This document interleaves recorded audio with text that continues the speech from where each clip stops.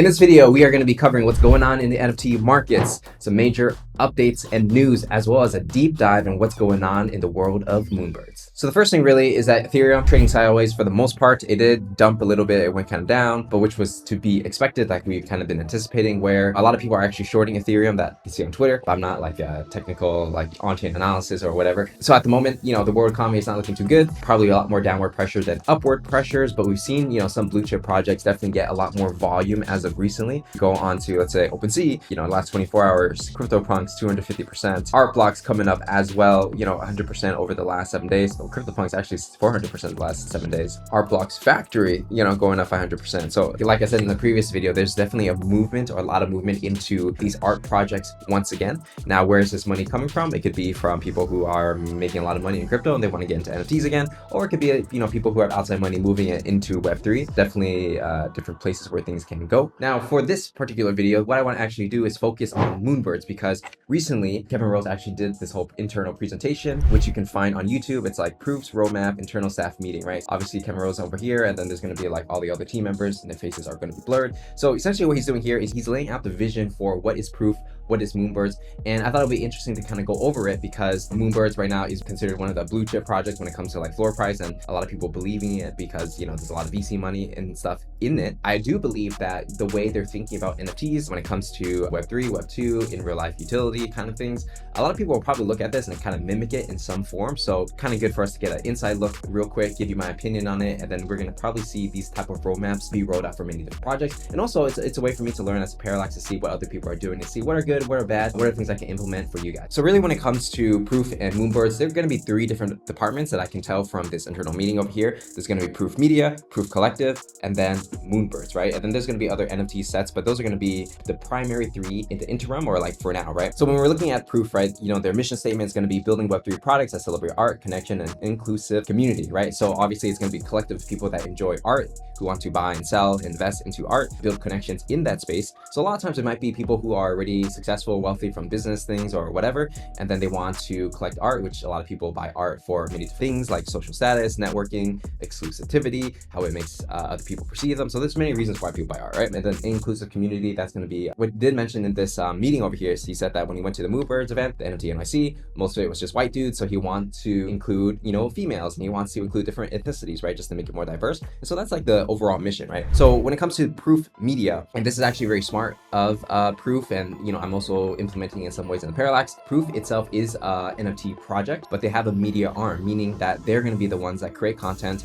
They're going to be the ones that shine the spotlight on different artists. They want to create a whole podcast network where it's not just Kevin Rose talking about NFTs, but they're going to have a whole cast of different people talking about NFTs and go for that land grab when it comes to creating a media conglomerate, right? The reason why this is so powerful is because whoever has the attention in the NFT space actually has the most potential to make revenue, meaning that if everybody watches you, everybody trusts you, everybody listens to your 1 hour podcast every single week, then whenever you come out with an NFT project, you bet there's going to be a percentage of people that are going to spend a lot of money on it. Or when you want to support a smaller artist that is somehow related to your studio or incubator and somehow you benefit from their success, well, you can build your platform and then put smaller artists on top of it, and then you can let them run and have their careers to be successful. And Proof itself kind of acts like almost like an art gallery in a sense, right? Building a media arm actually is very powerful. And then, if you want to look into the specific, it's just like doing the podcasts that they do, doing additional podcasts with different personalities, doing educational podcasts that are more evergreen, and doing more deep dives and interviews with, industry experts or maybe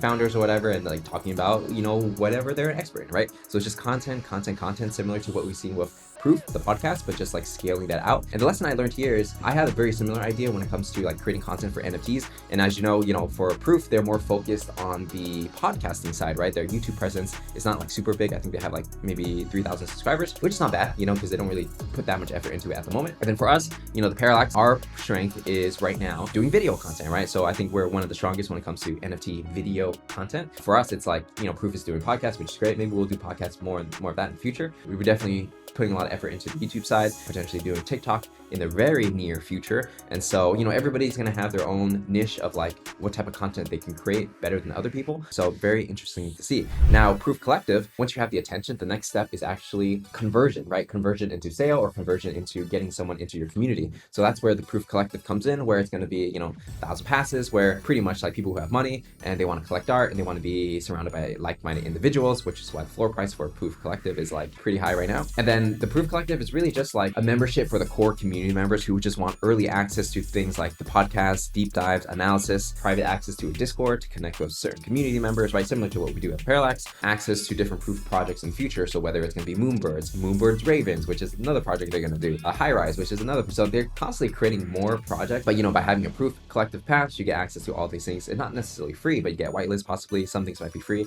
So that's the collective. And obviously the Moonbirds, which is the expansion from Proof, the 10,000 collection, where other people can buy into it as well. And again, private Discord, Moonbird events, more NFTs like Moonbird's Oddities, Project High Rise, Proof conferences. And so basically it's a membership into the entire Proof ecosystem, but instead of, the high tier of the Proof Collective, there's going to be something that's more, it's not necessarily affordable for most people, but then it's like a cheaper collection. And I guess my personal thought is, yeah, you can keep creating more collections as long as there's demand for it. And if like a Moonbird is like 20, 25 ETH, then like most people, they're not going to buy that, right? So having a cheaper NFT project does make sense because Moonbirds is one of the highest in demand when it comes to what the floor price is and when people want to buy it. So overall, I would say it's pretty strong. At the moment, it definitely does attract that more like techie, like VC kind of crowd, but I'm sure they can expand into different territories and different demographics. I think at the end of the day though, when you really boil it all down, it's all about building a community that people want to be a part of and they feel proud to be a part of, and having a mechanism for people to have a conversation or have something to talk about, right? So in this situation, it's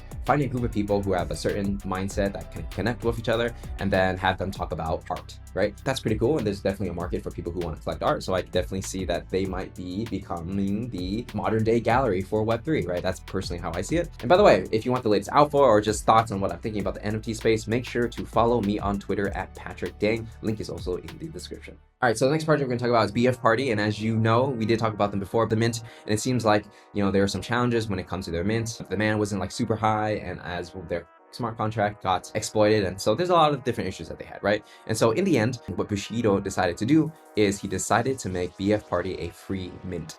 This is actually very interesting, where we've seen other projects before. It was difficult for them to mint out, so they decided to make it free, and then suddenly there's this wave of demand of people wanting to buy their NFT on the secondary. This definitely is a strategy that can work. Now, when it comes to whether or not this is good for the long term of the project, well, because it's a free mint, it actually de-risks a lot of the people that minted it. So actually you get to mint it for free, and then if it goes up in value, then you just got like free money, right? So it actually de-risks the holders quite a bit. If you buy on the secondary, it's a different story. And it seems like he's going to be building out this game with VC money in the future. So, as long as there are VCs who are willing to put up, hundreds of thousands or millions of dollars into this game, and they believe in the project, they believe in the founder, then they have a shot of making this a reality, right? And there are a lot of VCs that still want to invest in crypto gaming. I definitely can see this working out. And as long as he can raise the funds, hire appropriately, allocate the funds properly, and continue to build the game, which I believe he has already invested like hundreds of thousands of dollars of his own money to build the game before he even minted. Quite interesting, right? So definitely following along. I did mint one as well. So if you're interested in this, check it out. All right, so the next project we're going to talk about is going to be Dark Echelon. It's kind of like a community group for this person named Amir. Amir has a YouTube channel. It's quite popular on Twitter as well. He has this alpha pass called Dark Echelon, which is sitting at a 4.4 floor price, which I think it started out as more like alpha group, and then I don't know if alpha group is the right word for it. Maybe people want to expand out of that like these days. It's basically his community, right? As a personality. When you see the sales volume, people are buying it for like 4 ETH. So definitely impressive that you have like 4 ETH NFT with 500 supply even during this time. So props to him. Pretty much what he's doing now is he started this new project called Dark Labss, and then he also started another project called OP Network at the same time. Why I do two at the same time, I really don't know, because it's pretty unclear on